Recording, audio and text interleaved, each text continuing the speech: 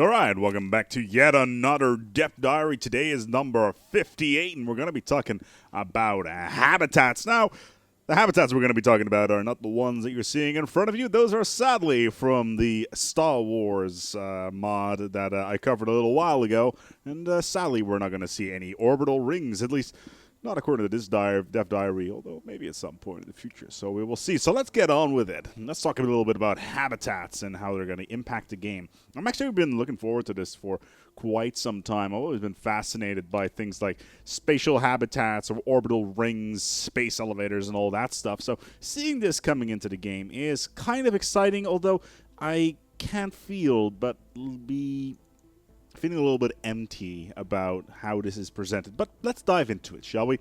Orbital habitats is one of the solutions that the developers are bringing up to play tall. Now, for those that don't know, playing tall is basically playing with only a few systems and a few planets and not expanding quite a lot. As you know, if you've been playing quite a lot, the game is basically orientated to expand as much as you possibly can, get as much territory as you possibly can, and resources. The habitats are one of the solutions to fixing that. Basically, if you want to play a small empire that can research quite a lot. So right now, you can build, or it looks like you will be able to build habitats that will have a 5,000 mineral cost with 50 influence on top of that. And it looks like right now they will be built at size 12, and there's no real indication how long it is going to take. They will have a 100% habitability bonus for all species on it, so basically they're 12-tiled Gaia worlds, and on top of that you can build them anywhere you want. So if you want to span them out through the entire system that you're in, that's perfectly possible. You got 7 planets in your system.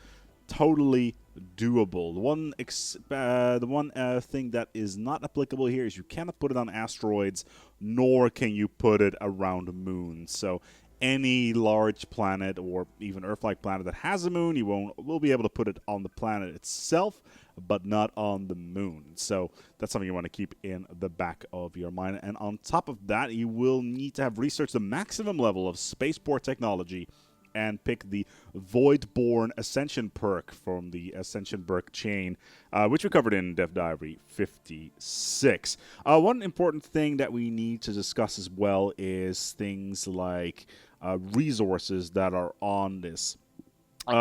I'm going to go and quote this ad verbatim here. Habitats do not have any tile resources, with the exception that if the planet that they are orbiting has a resources, they could otherwise be worked by a mining station or research station. That resource will be presented in one of the habitat's tiles. So if you have a planet with multiple resources on it, or like a lot of minerals, you can easily transfer that to your habitat.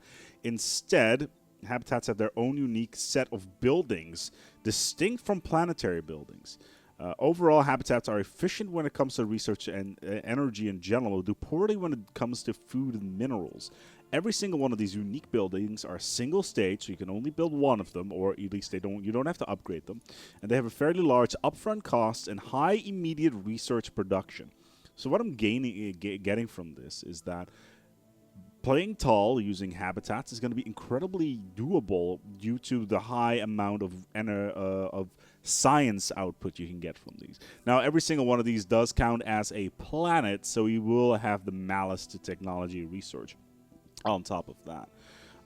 Graphics-wise, habitats use different models depending on which ship set you have selected, and every set, including the planetoids set models, have their own habitats, which is kind of cool. So if you dashed out $10 at the time for the planetoids models, like I did, then you can now get that. Funnily enough, I've never actually used them, so there's that.